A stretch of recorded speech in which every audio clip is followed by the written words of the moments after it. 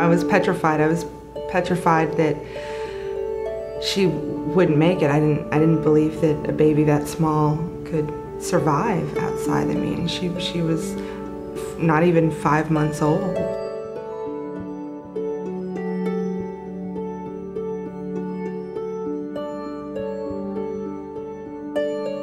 It was Oaks Day, and like any good Louisvillian, I went to Oaks. I was 5 months pregnant. We got home and I wasn't feeling very well, so decided to just lay down, and woke up about midnight, and I didn't feel right at all. And so from some of the symptoms in the book, I knew that I needed to call my doctor. And I did, and they said, okay, you need to go to the hospital. The first thought in my head was, oh no, is the baby going to be okay? My next thought goes to looking at Christine and seeing how emotionally upset she was. And of course, I also go to my son, Miles. What is he going to do? Mom and Dad are not going to be home. And it's very tricky talking to a family in a situation like that. They're about to have a baby at 24 weeks, which is literally the edge of viability. In a conversation like that, like I had that night with Mr. and Mrs. Horn, I really wanted to let them know that we would do everything we could for their daughter when she was born, and try our best to make sure that she was as healthy as possible in the end, but I couldn't predict the future. And it's a tough situation. In a matter of a few minutes, you have to get trust from these people because you're about to take care of their child. And I could see that they were very, very scared, and I did my best just to explain to them what to expect.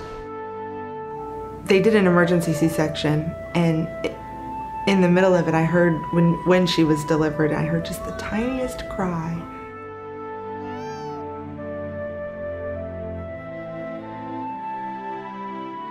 That night they came in and said that she needed a pacemaker, or she was gonna die, and that she had to be transported immediately to Kosair because they had the only pediatric cardiologist on staff. It was the best chance for Ava to make it.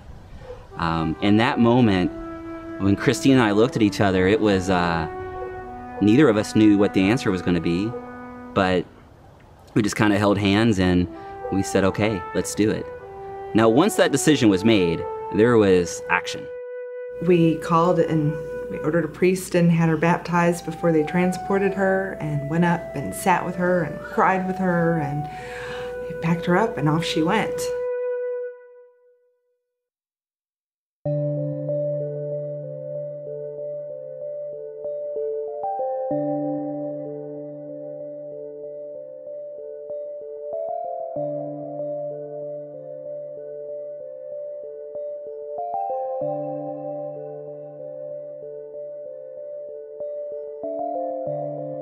A baby like Ava who's born at 24 weeks has a lot of trials and tribulations to go through. And there'll be good days and bad days just like anyone.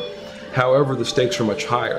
And things can go from being pretty well, the baby's making some progress, to the next day, the child can be very, very sick. These children are very tiny, they have very weak immune systems. It doesn't take much for them to become ill very quickly. And I think the families live in constant fear of that phone call.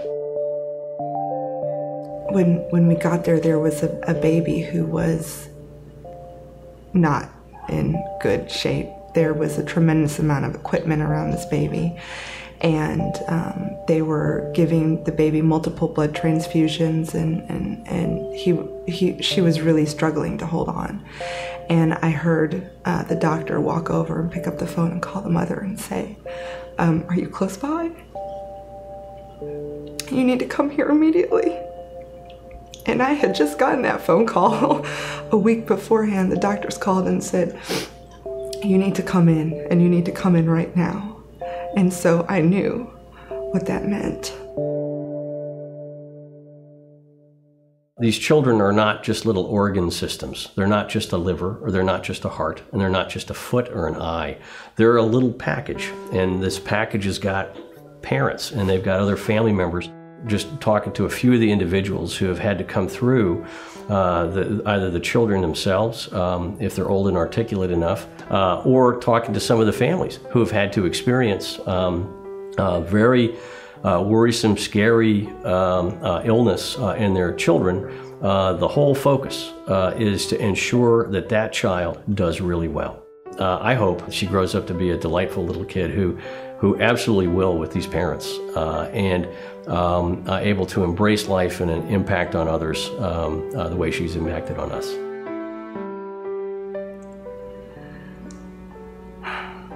I don't know how to begin.